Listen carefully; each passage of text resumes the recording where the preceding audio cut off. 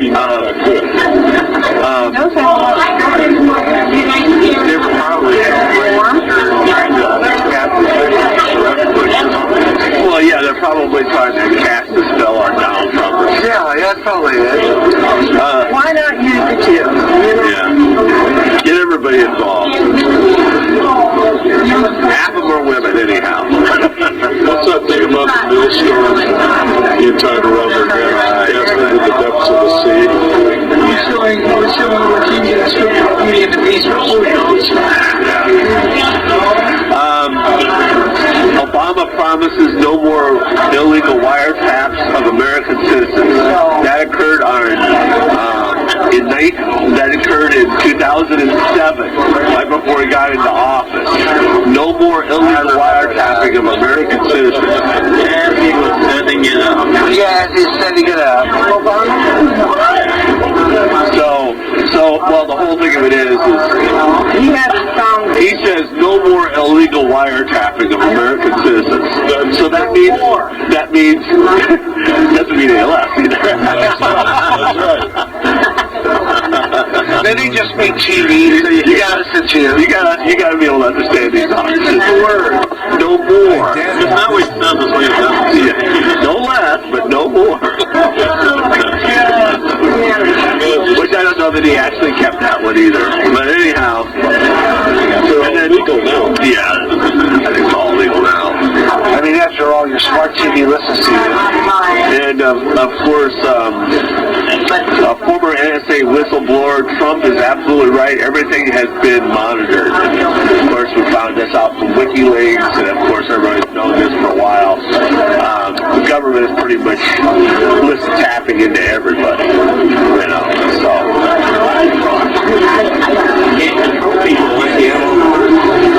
Exactly. They can wiretap me all I want. I've blasted the media and the government on my radio show, so I've already done it. There you go.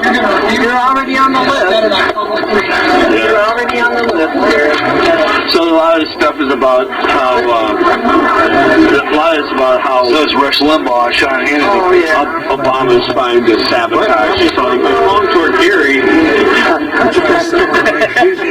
Ryan is calling your picture up here. Yeah, that was good. Yeah, wait, you had no hair? How did you get hair? Okay,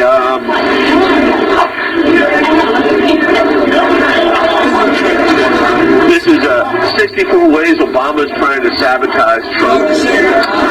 Only 64. Only 64? This is a limited edition. Yeah, this is a short version. Obama is using his new mansion just 2 miles away from the White House as a headquarters for his insurgency against Trump. By the way, he's got a wall around that he built. Evidently, he's not against all walls.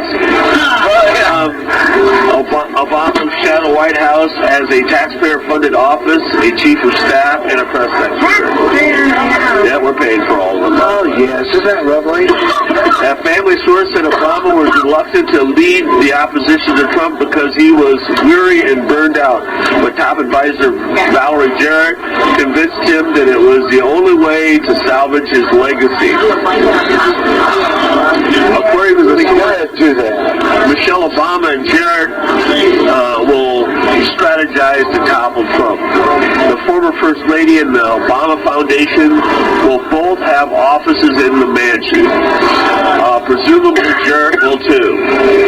Obama will implement his plans through a network of leftist nonprofits led by the Organization for Action, OFA, the organization that grew out of the campaign group Organizing for America.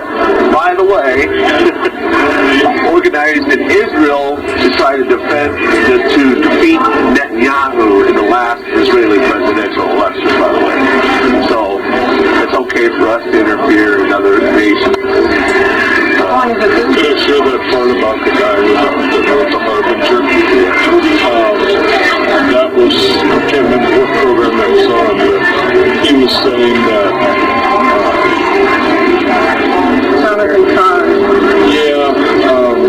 because Obama tried to destroy the legacy of Netanyahu, that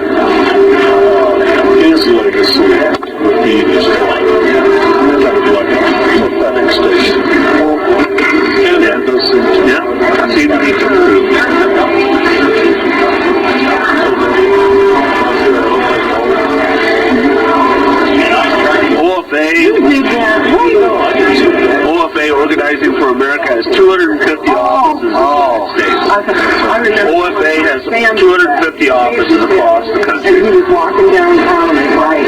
OFA is registered as a social welfare nonprofit 501c4 and doesn't have to disclose its donors. OFA has raised more than $40 million in contributions and grants since 2013. You know, that doesn't have to account for how they spend the money either. See, it's a big mistake for churches to organize as 501c3. They should organize as 501d4. C4. OFA plans to stage 400 rallies across 42 states this year to attack Trump's efforts to repeal Obamacare. The study by research by media... What? Oh yeah, even Republicans are stupidest thing I've ever heard. It protects the legacy.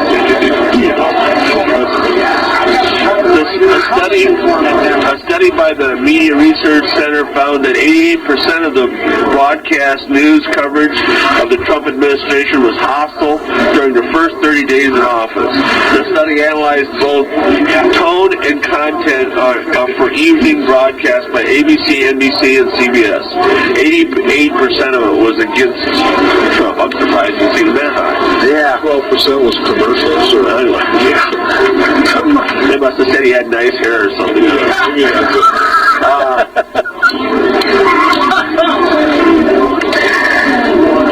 In President Obama's final broadcast news conference, he vowed to take action if President Trump dared to round up children of illegal immigrants, roll back voting rights, or engage in systematic discrimination. Obama warned Trump not to roll back his executive actions. During his campaign for president, Trump promised to cancel every unconstitutional executive action, memorandum, and order issued by President Obama. Obama also lectured Trump about the use of executive orders, telling the incoming president to avoid taking unilateral action. Now I see why they were so, you could tell that Trump was not happy sitting there next to him. No, he wasn't. He was not. He was. Yeah, you shouldn't be using executive orders to get policies passed. Excuse me. March 15th, very important date. March 15th. Yes, March 15th is this real soon here. Treasury Department burning through cash as debt ceiling approaches. Let me just read the article. The Treasury Department has been rapidly spending its large cash reserves since President Trump took office, a move that complies with federal law. See, Trump is only doing what the law states, okay? Here's how the Obama administration has been working. They have been printing money and putting it in a slush fund. Okay, normally the government has like about $100 billion. Obama pushed it up to $300 billion. Okay, because they're going to seal the debt ceiling. Okay, and there's already a debt ceiling, but I just get you to read it. trillion or something. Yeah, well, that's going to be the new trend. It's supposed to be 18. In January 20th, the day Trump took office, the federal government had $382 billion in cash on hand. As of Thursday, it was down to $109 billion.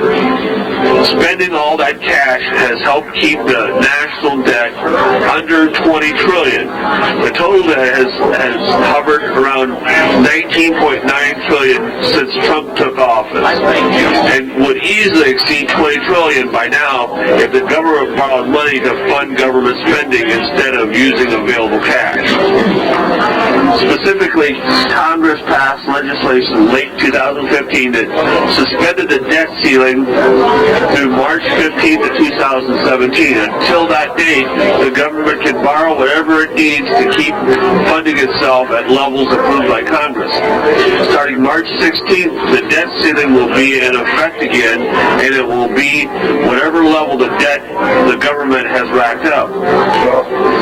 But But in 2015 law, Congress expressly prohibited the government from building up a huge arsenal of cash in order to survive when the debt ceiling was reached. The Secretary of Treasury shall not issue obligations during the periods specified in Section 901A for the purpose of increasing the cash balance above normal operating balances in anticipation of the expiration of such period, the law said.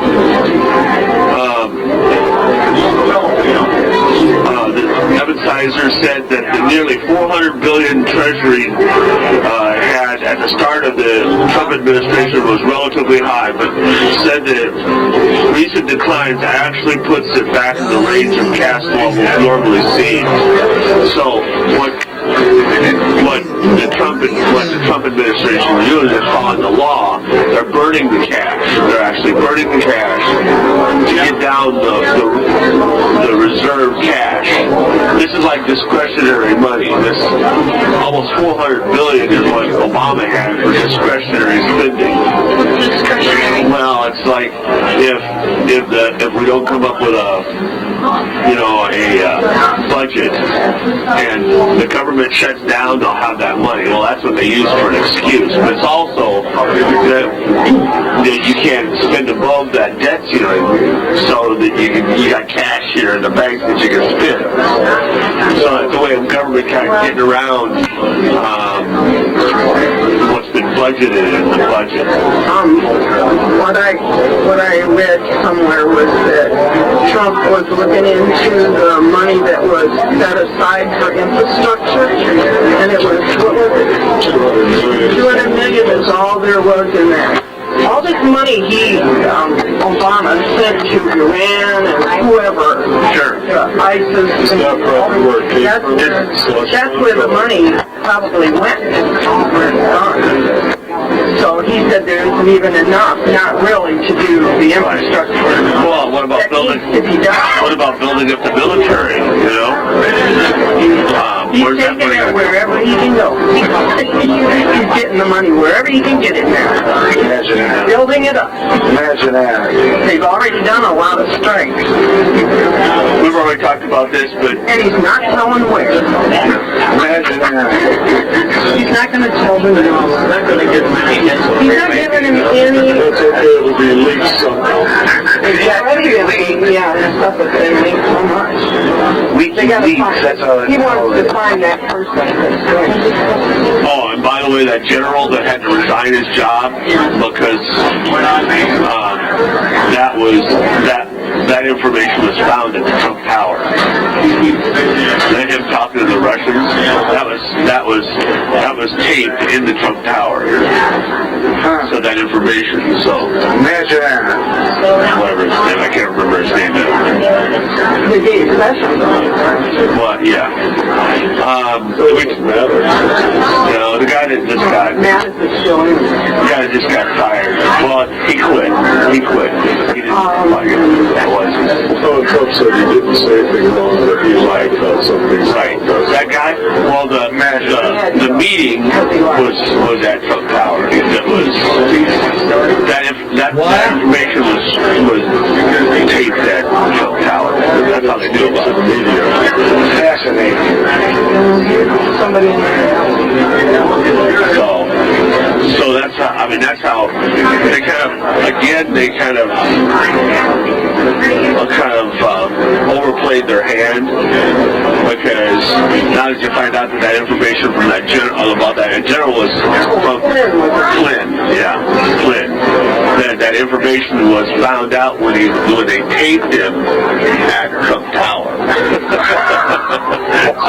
So then it's like an outrage. How could Trump say this? That was bugging the Trump Tower. Well, that's how we know. Okay, could artificial earthquakes trigger disaster? Oklahoma's risk now equals that of San Francisco. We talked about that before. They're starting to frack in Pennsylvania, too. Yeah, and it's increasing earthquakes. Okay, moving on. They something strange happening inside of the Earth. Glenn talked about this. Why are giant fountains of lava suddenly pouring out of some of the most dangerous volcanoes on the entire planet? And why are so many long dormant volcanoes suddenly roaring back to life? The spectacular eruption of Mount Etna in Italy is making headlines all over the world, but it is far from alone.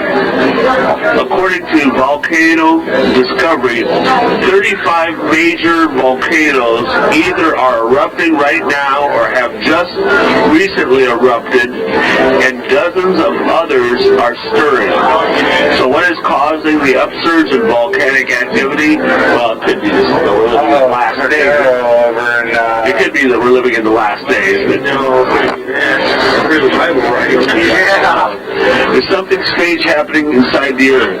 According to USGS, magma is molten rock underground, and lava is molten rock that breaks through the Earth's surface. Right now, something is pushing magma up through the crust of the Earth at a number of key spots around the planet. On the island of Sicily, the great fountains of lava that are coming out of Mount Etna cave can be seen 30 kilometers away. So there's all kinds of volcanoes erupting or something. What about that Cordero in Yellowstone National Park? Right. That'd be one of them, wouldn't it? About that, but think of lava as a basketful of water on the top. Now, if you put something in that bathtub, the rest fills out, right? Right, where you're going, I think, yeah. All right. Just think of how many people that are on this earth, when they die, they go. Yeah. I knew you were going. I knew you were going to. Here you go. Russia's developing a 100 megaton dirty tsunami, creating submarine drone bombs. And what it is Russia calls the system Ocean Multi-Purpose System Status 6. Basically, this is what it does. Lenses are capable of traveling underwater to. It's a drone submarine. You guys can go.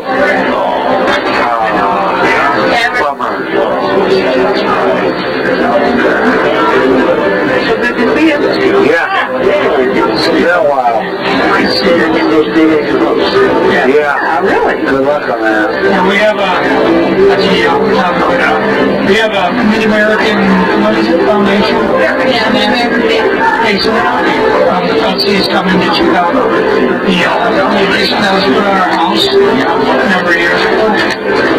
The main area of the house has limestone with cement over it. Well, this addition to the back has cinder blocks.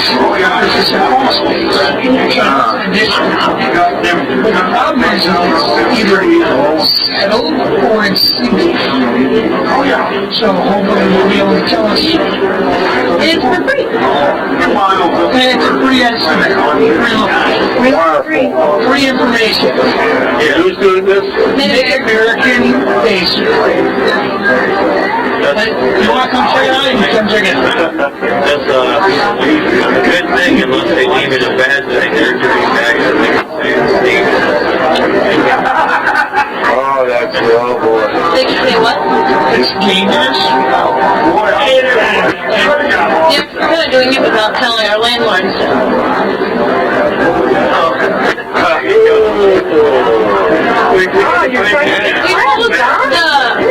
What we call the management, maintenance management. Well, the landlord keeps making it so bad.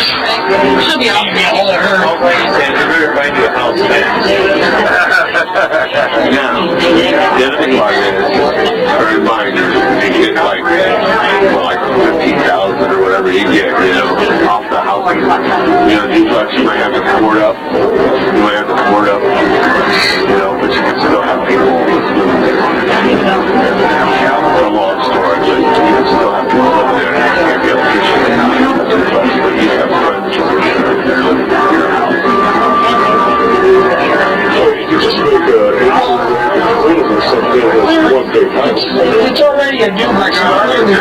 the landlord is already, they've checked this house out, there's inspections, every year. So. Right, but I'm just saying that you can make it into a single family, and whether there's people living in a few. The other thing is, email me that other house that you've been looking at. Yeah, and we'll check it out today. There is people living there. It's only been on the market for 19, probably 20 days. What was it again? 407? 407 Newell Avenue. Newell Avenue, where's that? I've been on that. I'm off at 4, so maybe at 2 o'clock. Usually 24 hours. Right. Oh, I'd love to try it. No, then just any lot at 11. So we made like a 1, that would be okay? Yes. 1 or 2? Should be okay. 2, let's go 2. 2 Friday if we can. What does she do? Where does she work? I don't remember. She goes around and helps people take their medication every time they're I can tell you where she works with. She works at Pathways. She works at Pathways, yeah. I talked to her. Yep, that is true. Yeah, she's got a full-time position there. Pathways. Yeah, I talked to her. Yeah, I know. So, so that's been that, and then that just doesn't rule out your house. We just got to do it anyway. You probably have to create a doorway between the two. That's possible. Well, it's an upstairs and downstairs. It's hurting, so you might have to. It is. So what you can do is take the door off the downstairs apartment and be fine. Like, you mean like The front door. they would have to be okay with it? Well, yeah, if you take the front door off. If it's just divided by a door, you take the door off. That's what it is. The original doorway was That's all it was. That's all. It was just, this was a phenomenal house. It really was. I mean, I'm not saying it was huge, but it was nice. Right. So you have to take the door off. And, I'm saying you have friends there. So the problem is there is a couple living there, and they don't plan on moving for Right. We don't want them to. Some people just want to go live there and stay there. So that's the cheer up again. and we don't want to. They're Jehovah's Witnesses. Somebody to live. There you go. Interesting people, but wonderful people. Very nice people.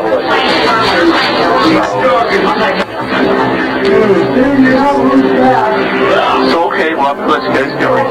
So thank you for coming. It was great to see you guys. Good to see you all. And what hours do you work? What hours do you work today? Today I work until 4. 4. But you'll be home after 4. Yes. I'll be on that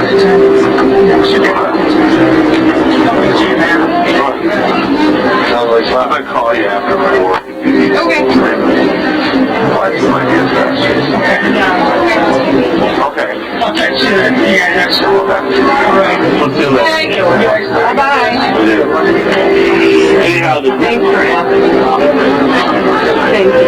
Anyhow, the Russians are developing a drone submarine that has it's a nuclear bomb, and it explodes, and closer to it's called a salted bomb, and then the closer you get to the coastline, the bigger the wave.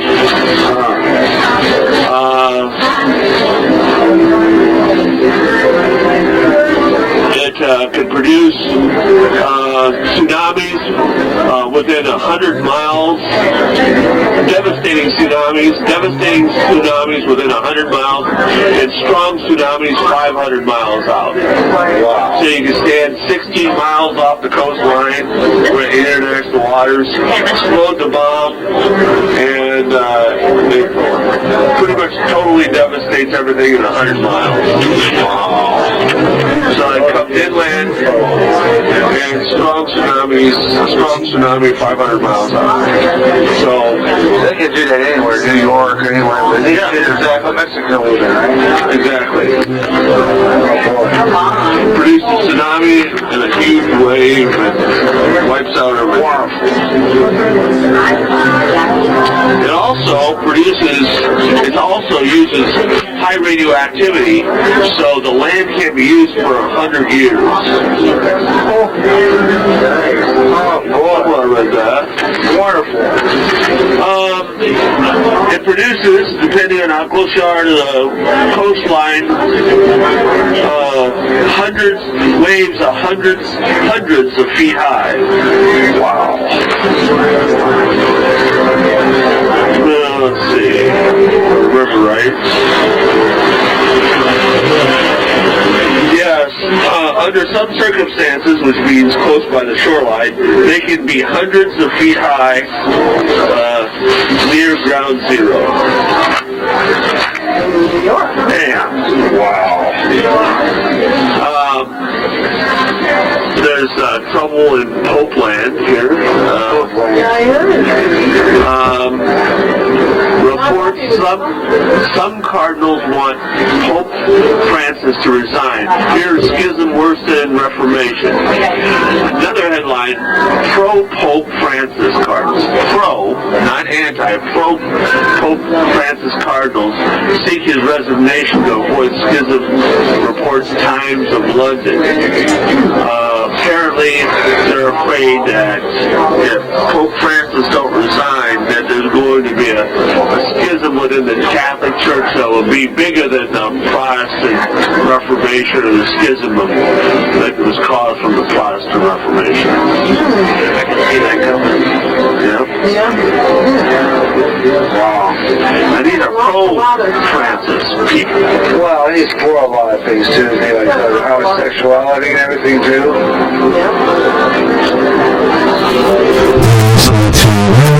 Let Jerusalem's veto expire in time for 50 years of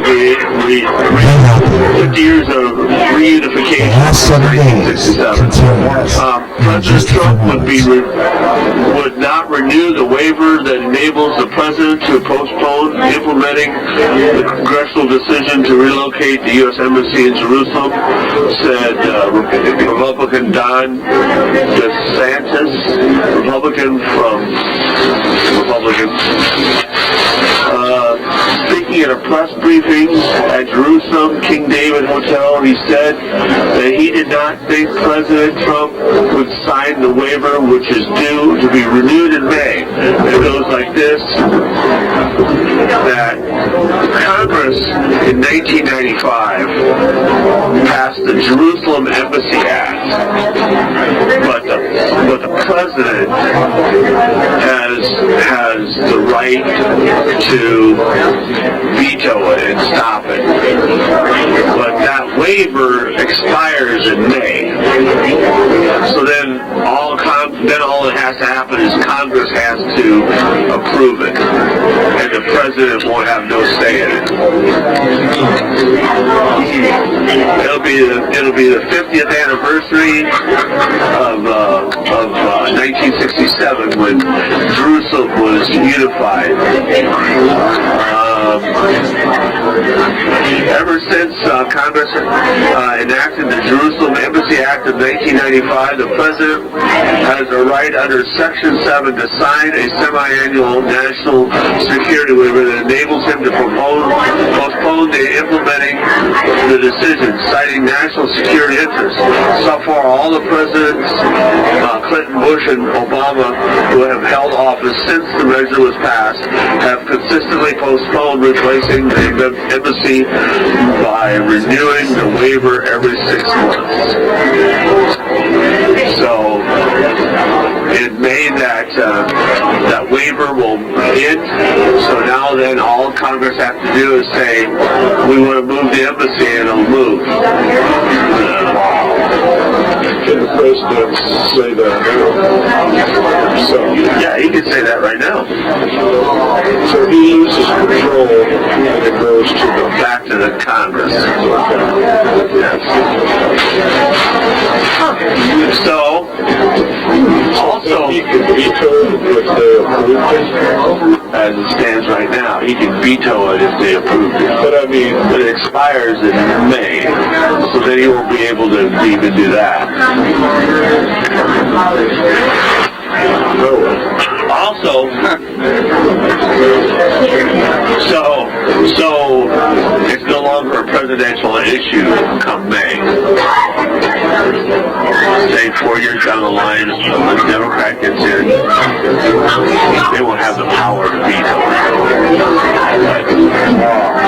Trump still has the power to veto it, but in May that segment drops off.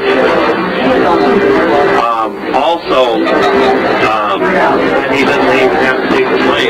Exactly. That's exactly it. So, here's the thing. Most people don't realize this. Is in the Democratic platform, and I don't have it with me. I don't think I brought it with me. In the Democratic platform of 2016, in order to get votes, I'm sure that's what it is. The Democratic platform had it in their platform that Jerusalem was the capital city of Israel.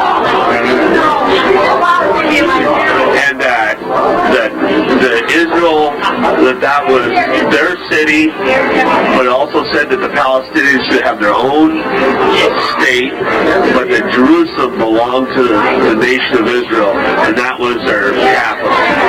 That was in the 2016 Democratic platform. Most people would think would be in there.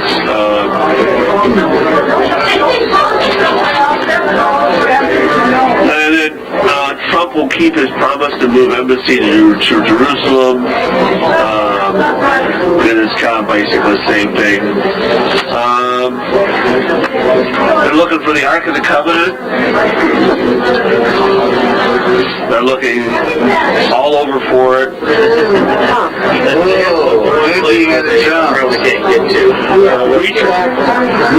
Researchers from France and Israel are getting together to search for the historical artifact. They believe the Ark rests in a biblical site that has not yet been extensively explored. That's true. Right. Haven't. Someplace in West Jerusalem will be open for research between August 7th and September 1st. According to the book of Samuel, the box was stored there for about 2 decades.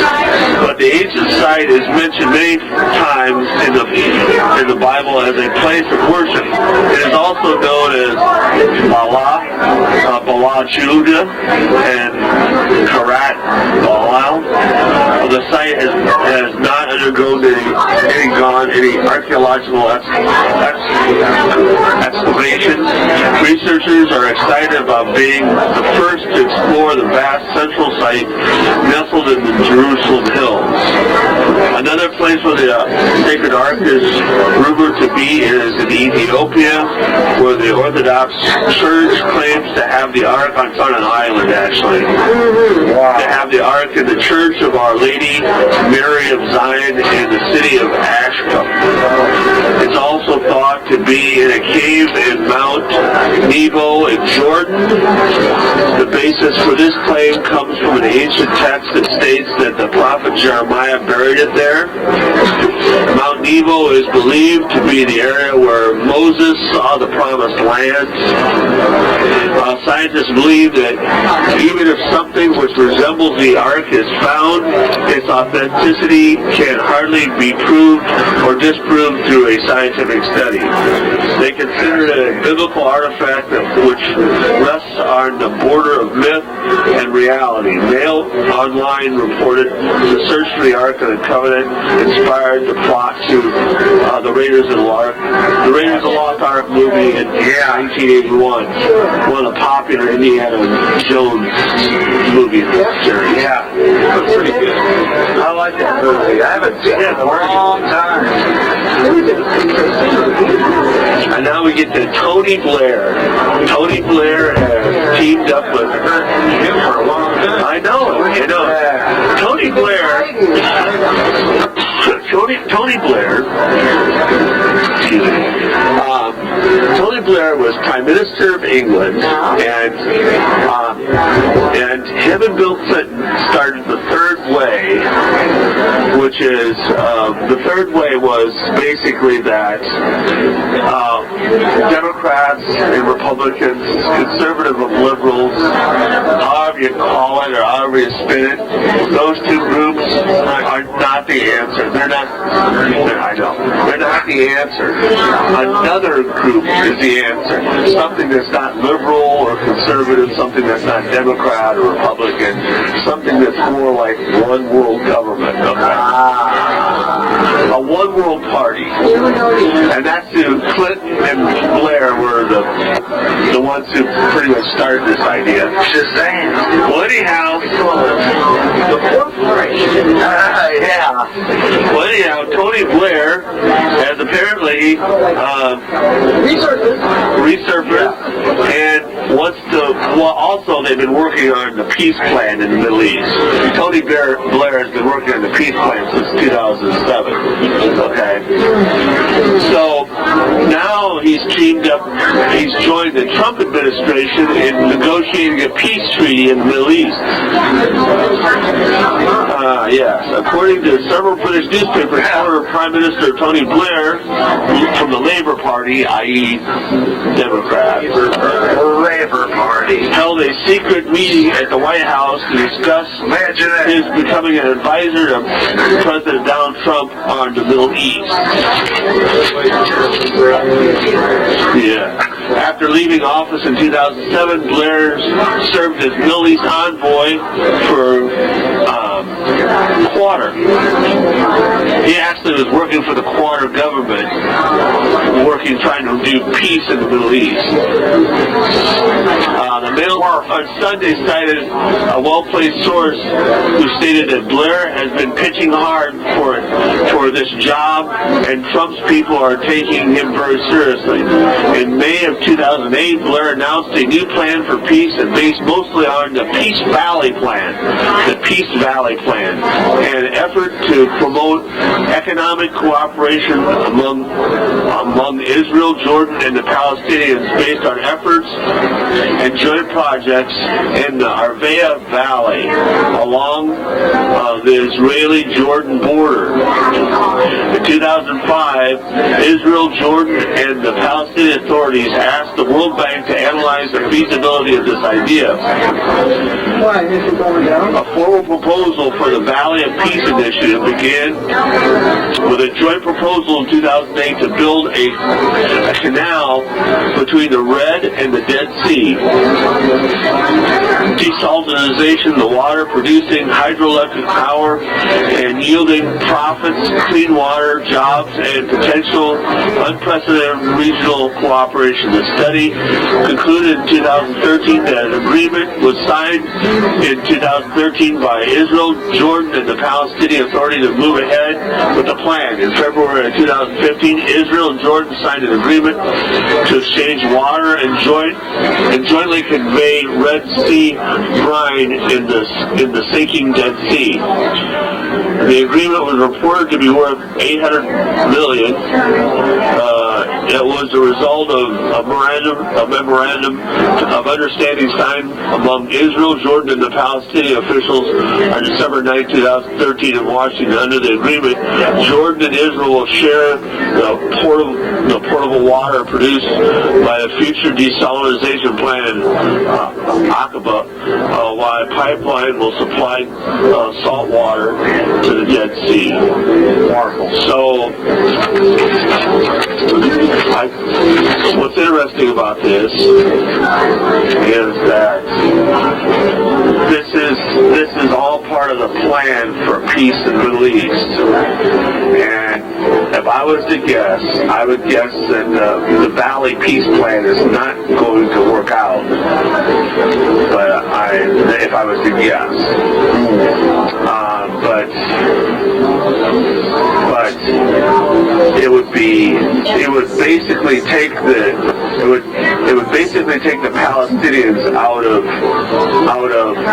Jerusalem and put them along the Jordanian border.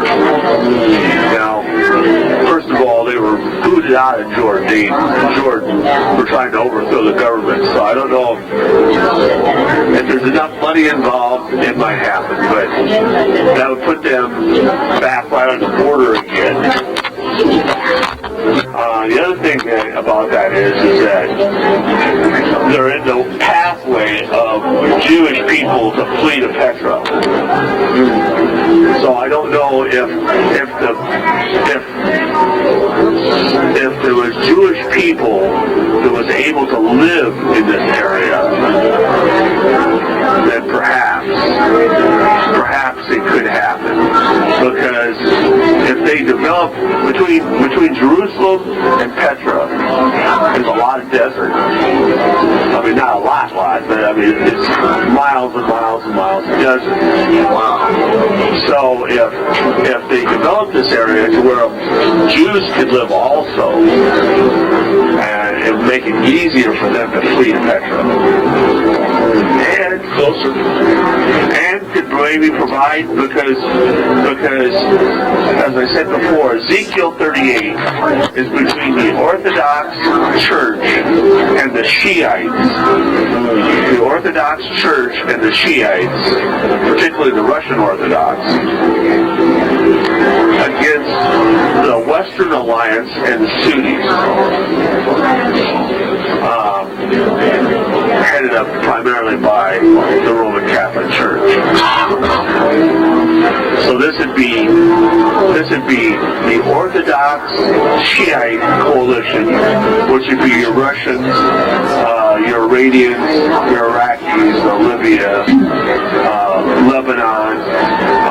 This is Hezbollah. This is Syria. That whole coalition, Ezekiel chapter 38, against your Ethiopia, your Somalia also, against the Western nations headed up by the Roman Catholic Church and the Sunnis, which would be, Western Europe, United States. This would be the Arabian countries, Saudi Arabia, with the exception of Yemen, which is yet to be seen. Yemen kind of goes on the other side. The Shiites are revolting in Yemen, so if the Shiites are successful, then they would go on the Shiite side. If they get squashed, then they would go along with the rest of the Arabian countries, Bahrain, United Emirates, Saudi Arabia, Kuwait, and then they will be teamed up, like I said, with the Western nations of the Roman Catholic Church. That's what you have in Ezekiel chapter 38 coming. So, and that gets, the Russians will not be successful, the Shiites will not be successful. But what that leaves you is the United States and Europe, which the Antichrist will come from, in power in the Middle East, and particularly in Israel, which will set up for the next fight, which is between the kings of the East and the forces in the West.